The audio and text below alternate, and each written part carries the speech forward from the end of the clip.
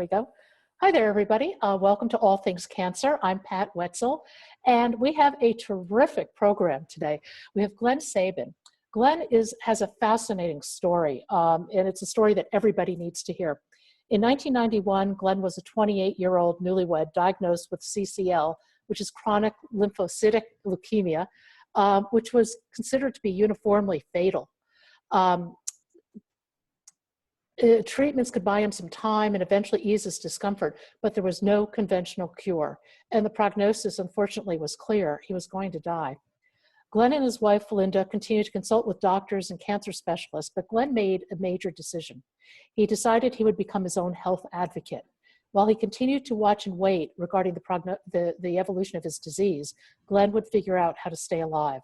No one could predict when a large-scale clinical trial would discover a cure for CLL, so Glenn began his own medically monitored and carefully researched lifestyle changes.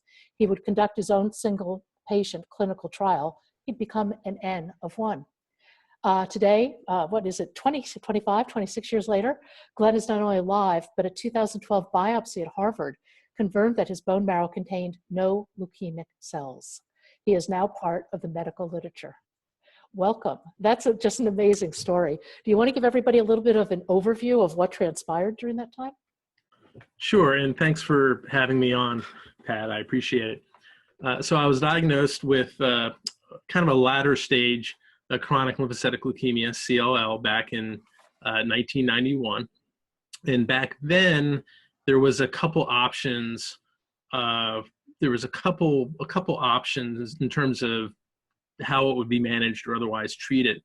And one was a bone marrow transplant, which was experimental at that time, and it had a 20% mortality rate. Was it experimental for CLL or experimental in general at that point in time? For CLL, it was experimental. Okay. And perhaps for other types of malignancies and leukemias, perhaps it was more standard, but it was an experimental intervention, very, very involved.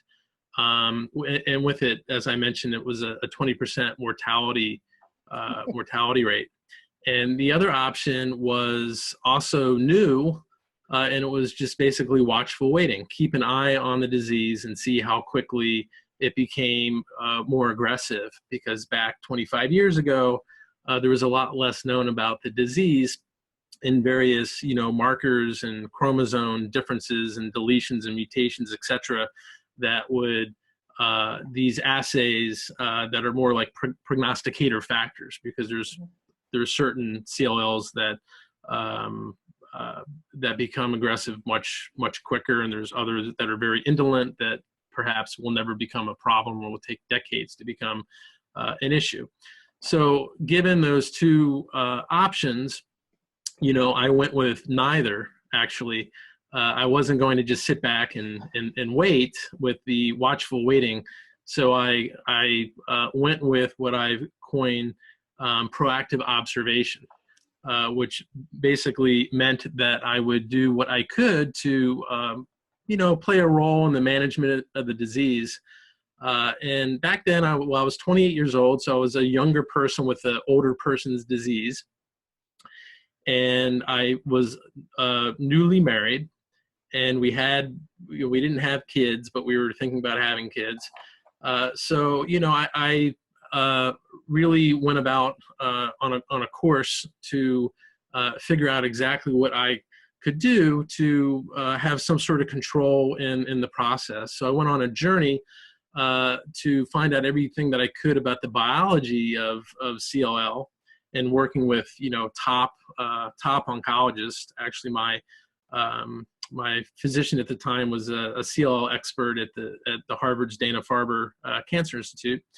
And I wanted to find out what I could do from lifestyle approaches, perhaps, that might make a difference with the course of my disease.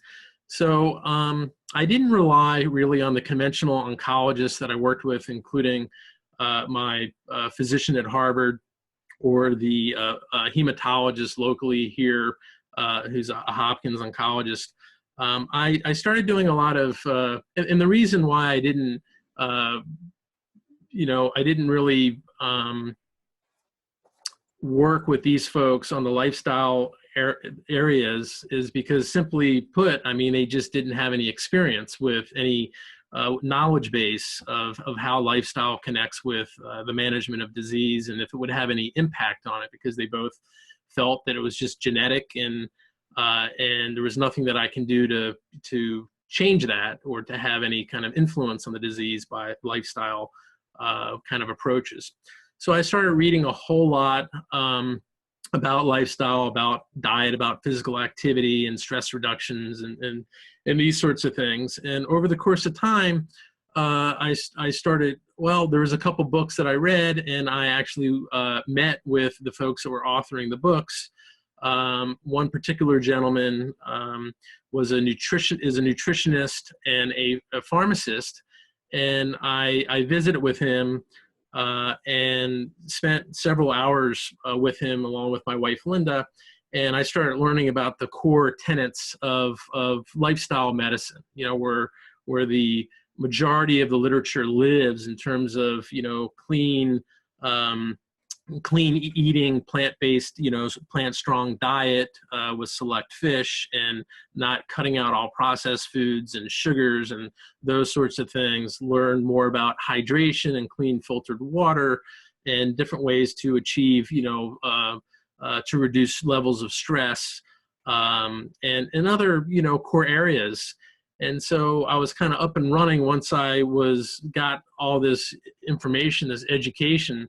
I started implementing these things into, you know, my life. It became part of my lifestyle and lifestyle of my wife, and we worked together and put these things into place. And for about 12 years, I was able to, you know, maintain my numbers where they were at with this disease, and there were not a lot of, you know, it wasn't progressing. It was really stable, the disease.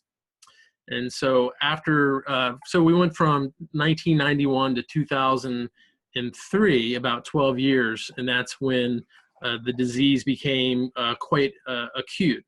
Upon the diagnosis of my disease, going back to 91, I was diagnosed with a 7-pound spleen. So a spleen is normally about 2 pounds. It's the size of a fist, and mine was 7 pounds. So it was full of about 5 pounds of leukemic cells. So I did have a splenectomy. That was the conventional surgical procedure that I had to not treat the underlying leukemia, but to kind of debulk the tumor, to reduce the tumor burden of 5 pounds, which is billions of you know, leukemic cells. So fast forward again to 2003, when I became sick with the full effects of the leukemia. I became quite anemic. I had night sweats where I'd wake up 4 or 5 times during the night with just soaking wet, and a unrelenting low-grade fever that just, you know, just 724. I had this fever of about 100 degrees or so, just enough to feel pretty lousy. And so at that point, you know, I went up to Boston after meeting with my Hopkins hematologist, and there was a consensus between the folks up at Harvard and my local docs that, you know, I was sick. You know, I had full-fledged, you know, raging leukemia, and that I needed to be treated, you know, immediately.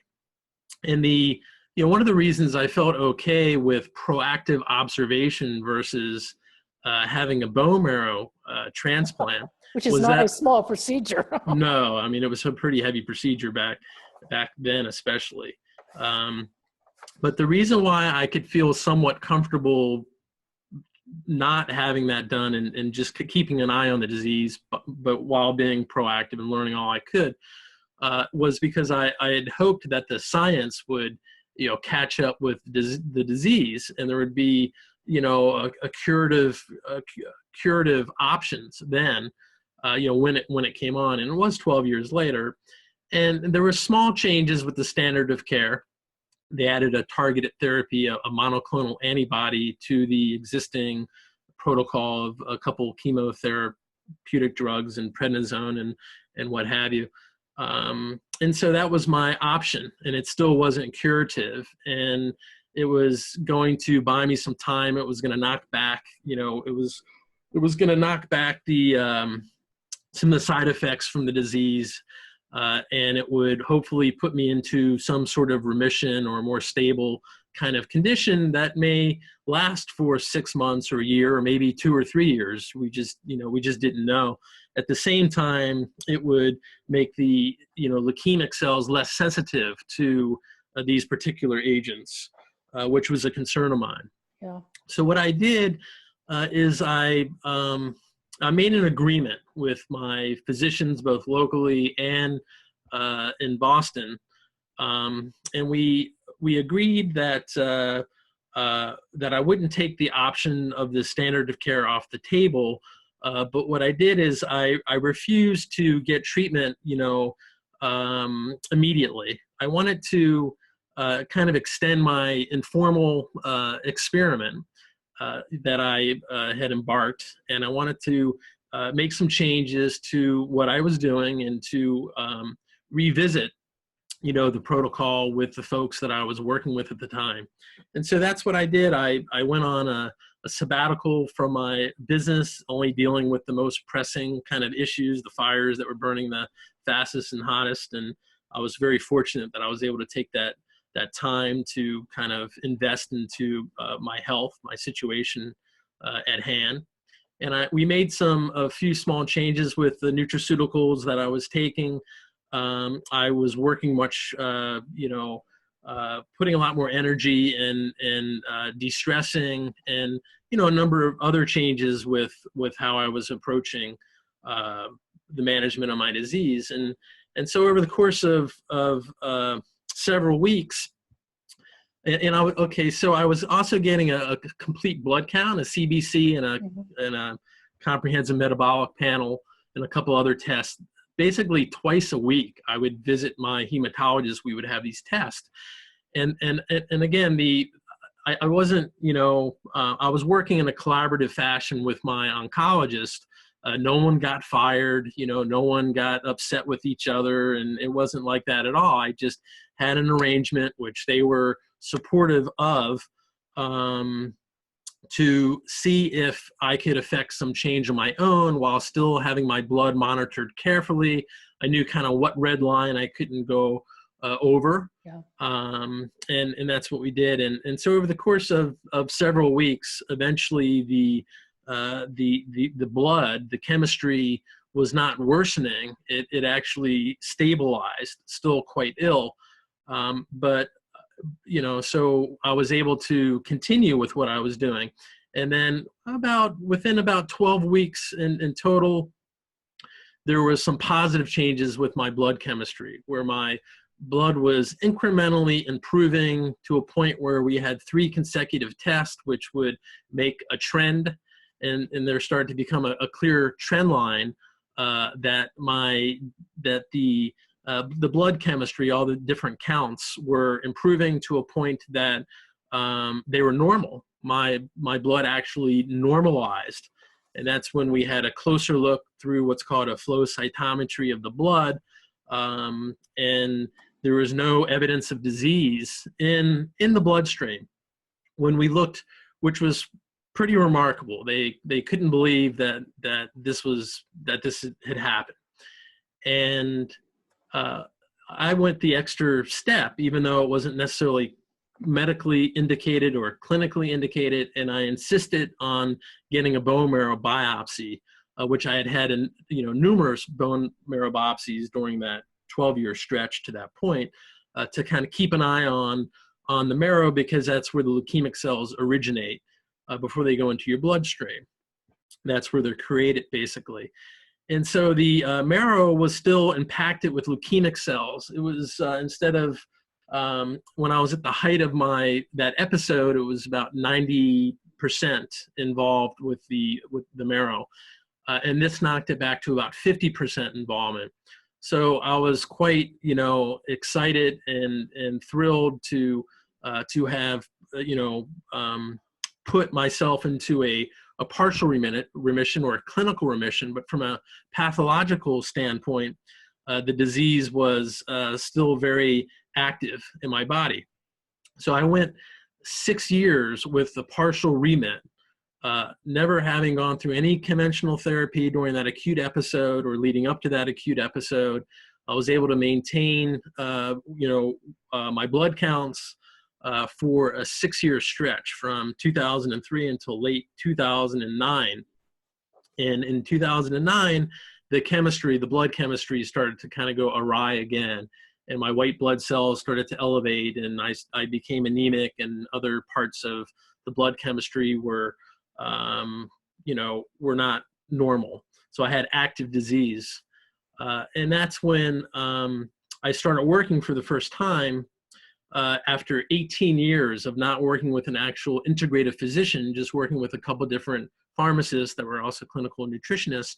Mhm. I started working with my first integrative physician by the name of Dr. Keith Block. And Dr. Block, who's the author of a book called Life Over Cancer, he is considered like the father of integrative oncology. He is who, according to the foreword in his book, he is who Andrew Weil would go see if he or anyone from his family ever had a diagnosis of cancer. So I started working with Dr. Block clinically. We were already working on a couple projects, and we're also colleagues actually at the time through my business, which we'll discuss at some point. So I started working with him clinically, and over the course of about a year, we were able to figure out a way to have an effect on the underlying disease to a point where I was able to achieve another remission of normalizing the blood without any conventional, therapy of any kind. And even one step further, not only was the leukemic cells clear from my bloodstream, but also upon bone marrow biopsy, which I insisted on again, this time I went up to Boston to the Dana-Farber Cancer Institute to have this done so that a Harvard pathologist could read, the results. There was no evidence of disease. They call it no evidence disease by phenotype or morphology, and they could not tell that I ever had a lymphoproliferative disorder, meaning that they couldn't tell based on the scans, based on the slides, rather that I had ever had leukemia. Wow. Yeah. There are so many questions I have. Lifestyle changes. Let's go back to the very beginning of the story, because I know we talked prior to this. We talked a little bit about David Servan Shriver and Dean Ornish, some of the studies that have been done. Stories like yours are just, I know they're an N of one, but they lend, along with all the research that's being done, they lend enormous credibility to the impact that we can have as patients taking charge of our health. As you went through this series of iterative changes to integrate health into your daily life, what were some of the great gradations, if you will? Where did you start? What did you add? What came later? And in retrospect, what would you do differently, perhaps? Great questions. So it was an iterative process. The full kind of protocol, if you will, wasn't in place for several years after I was diagnosed. So the first immediate changes was I stopped eating meat, and I started increasing, my plant-based foods, fruits and vegetables. Next came my hydration, my water intake. I was drinking, some spring water and some tap water, but I had switched to just clean filtered water. In my case, reverse osmosis water for my office, for my home. So those were some core changes, and then really increasing the amount of physical activity that I got, even during an acute episode, which was unheard of because most physicians back in 2003, when you are anemic, there's a additional strain to your heart. And so you have to be really careful with physical activity. And I was told not to get any physical activity, but that just didn't work for me. That I know that from a psychological standpoint, from a physical standpoint, that I need to have regular, vigorous physical activity. So most of the diet changes, the lifestyle changes happen within the first several years. And the well-placed, what I deem to be well-placed nutraceuticals, the dietary supplements, that happened within the first few years. That had changed a couple times. It changed around 2005, and then it changed again in, or rather, it changed in around 1995, and then it changed again in 2000. Working with these two different nutritionists that are pharmacists, it became on the supplement side. It became a lot more sophisticated in the tail end of 2009 when I started working with Keith Block, because he's really pioneered, looking at what's called the biochemical terrain or biochemical milieu, the tumor microenvironment, the stew in which malignant cells can either thrive or die. So with a number of labs looking at a bunch of different, biomarkers and nutrient levels and a whole host of things, it became a lot more sophisticated in terms of how I was approaching, how the nutraceutical part was being approached. It was informed by, a number of labs that were then matched up with different either foods and or nutraceuticals. And then with regular labs, maybe every 4 or 5 months, some changes would be made. So these different agents would be titrated. So that was kind of, the timeline in terms of the core changes. You tied one of your relapses to stress in your book. Did you do anything other than exercise for stress? There's a lot of different, there's not one, my view is there's not one particular way to get exercise. There's not one particular way to eat that's best for each person. For me, in terms of stress reduction, I tried really hard to practice mindfulness-based stress reduction and meditation and other forms. What I felt that worked best for me was what I called relaxational exercise. So I could get my real rigorous, cardio exercise, and then I could take more leisurely walks in the park, or swims, or even just deep breathing, or other ways to de-stress. But I've never been really good at or connected with mindfulness-based stress reduction or other forms of meditation that keeps your body totally still and that sort of thing. Not that they aren't hugely helpful, but they just weren't that helpful for where I was at. Yeah, no, these are such highly personal lifestyle choices we all make. Every one of us will come up with a different combination, Sure. Which is one of the things that makes it so hard. You can't write a prescription for this. No, that's why we're each an N of one. Absolutely. Yeah. It's I'm so impressed that you worked with Keith Block. I've read his book. I've actually recommended numerous people go see him because I think he's really doing remarkable things, and the ability to monitor your blood and get all that scientific feedback. I bet you wish you had that in 91. Yes, and unfortunately I didn't know Keith Block back in 91, and I'm not sure at 91 I'm sure it was in the infancy as far as how he was approaching that process.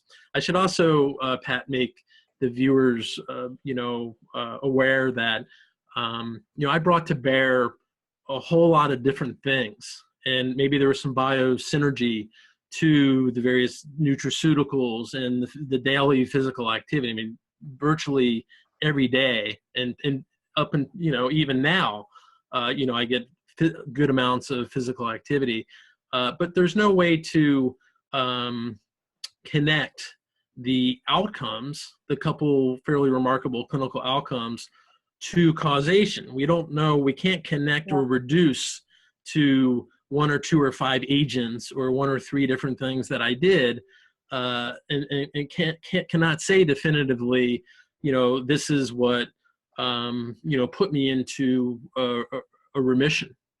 And so even though my case has been well chronicled through the Harvard medical system, even though my clinical case has been peer reviewed and published by 5 co-authors, including a Harvard dean as well as an NCI office director, and that was a very important thing to do. I hope that more exceptional responders or radical remission, patients, survivors, would go through those steps to actually, chronicle their disease in a high level way.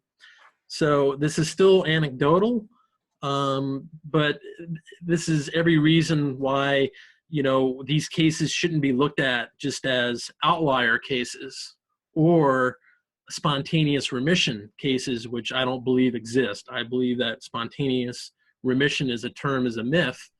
My hope is that, clinicians and investigator scientists take a look at more of these outlier cases to figure out what these patients either did or what's happening biologically, internally with these patients that enable them to, have a fairly exceptional response. Yeah, no, I totally agree. And I think Kelly Turner makes a good case in her book that because these exceptional patient responses aren't really part of the literature, we really don't know how many there are or what the story is. And I think it's a really interesting avenue of research. You go back to Bernie Siegel years ago, was advocating for this more whole patient approach. I can remember, this had to be in the 80s at Yale. I listened to Bernie give a talk to a room full of surgeons, okay? So you can imagine what the reception was, not really good. Right. I mean, they were really unkind to him. But I think he's had a bit of the last laugh in that a lot of the new inquiry into this combination of traditional therapy with lifestyle changes is coming around. And I think you can say Dr. Siegel was way ahead of his time. Yeah, absolutely. In terms of looking at all this. I'm proud to call Bernie a friend. And his book, Love, Medicine, and Miracles, was given to me early after I was diagnosed, and I devoured it. And many years later, I would end up speaking at a conference that he was also speaking with in Stamford, and I got a chance to get to know him, and we keep in touch, and he was nice to provide such a beautiful blurb in my book. So yeah, he's still around and doing his thing. Now, you read Anti-Cancer: A New Way of Life as well, didn't you? Yes, I knew Dr. David Sabin.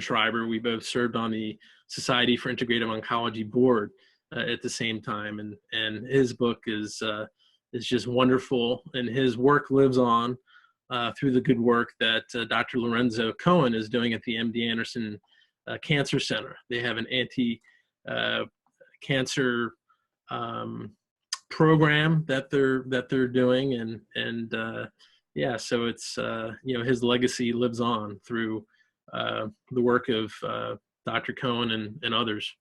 Yeah, no, I think actually I think his book was a turning point, if you will, in the perception of health, and particularly in cancer. It's the book I recommend everybody read when they get a cancer diagnosis because it's so practical and so hopeful. Sure. And a terrific personal story. Oh my gosh, it's just amazing. Yeah. One of the things I am so impressed reading your book with the way you and your wife managed everything. But cancer is such an emotional roller coaster.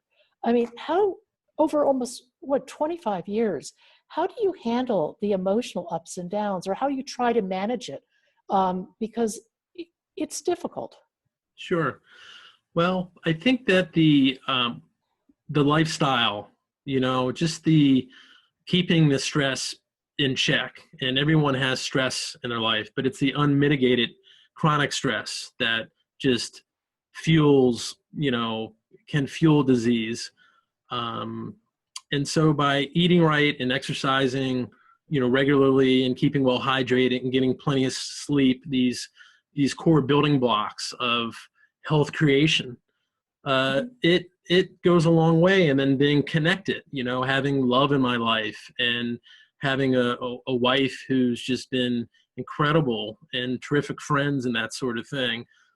So it's really a combination of the psychosocial aspects, the psychological aspects, the physical aspects, you know, and so when patients are able to focus on themselves, focus on the host, when physicians are able to pay attention to the host, the person that has the disease, and not just focus laser-like on the tumor or the disease, you know, these are the things that can certainly increase quality of life exponentially, even if you have a life-limiting, you know, prognosis. And these are the things that can help through active treatment, that can help mitigate the often deleterious side effects of, you know, nausea and fatigue and neuropathy and any one of a number of side effects that are really intense. Keeping, you know, paying attention to all these aspects and making sure that you're strong, especially during active treatment, and that you're nourished well. All these things are tremendous. And even though I haven't personally undergone conventional treatments and experienced those side effects specifically, I've worked with enough, even with many folks and family members, because my family has been quite affected, you know, by cancer over the years. And so I've seen and I've witnessed, you know, scores of times how these types of common sense approach, where the medical literature can't be more clear about nutrition, physical activity, stress reduction on the prevention of malignant disease, and even, you know, for survivorship and that sort of thing. So this way of thinking, and these types of approaches, they're not alternative. I'm not a proponent of alternative cancer treatment, but these are very sensible things to work into, you know, concert with you know, management of the disease and treatment as it's called for, especially, you know, folks that everyone has a choice. You know, everyone can make decisions for their on their health. Maybe those choices led to a pro-cancer environment that allowed disease to take hold, you know, in the first place. Maybe after being told they needed to be treated, they have a disease, maybe they decided to go a different route, and that's totally somebody's, you know, prerogative. You have to have choice. But when there's a potentially curative option with good science behind it, you know, that's always the recommendation that I make if asked. For me, it was a little different, you know, and I'm kind of I guess in one way, a walking contradiction, or I'm in conflict, because, you know, there was not a curative option for me, and I was just extending my experiment that was very well managed. I knew that if certain numbers got to a certain place, that in a minute I would have gotten the standard of care to get this disease to back off a bit, if not, you know, necessarily wouldn't have cured me, but I certainly would have taken that approach. Now, out of all this, you started a business too, didn't you? Yes. I for 25 years, I built a media marketing and business development company. And in 2009, I decided to sell my company and to kind of take a 180 and start a small boutique consultancy called FON Consulting, specifically in the area of integrative health and medicine, which includes integrative oncology, to work with various types of organizations, clinics, centers, hospitals, health systems, even some nutraceutical and pharmaceutical companies. In the common thread for all these organizations, both nonprofit and for-profit, is their commitment to develop or to build a enterprise or an organization within this field of integrative health. You know, one of the things in reading about your experience with Dr. Block that struck me. Now, I look at this from a business perspective because that's my background. It seems to me like, why can't we take some of this, the standardization of all these tests and everything, and some of the, nutraceutical input that he had? Isn't there a way to spread this out into other organizations so it could be more readily available? Sure. Well, most oncology these days, oncology care is delivered through hospitals and health systems. And there's very, very few community oncology clinics or centers that aren't owned by, large organizations such as US Oncology would be one.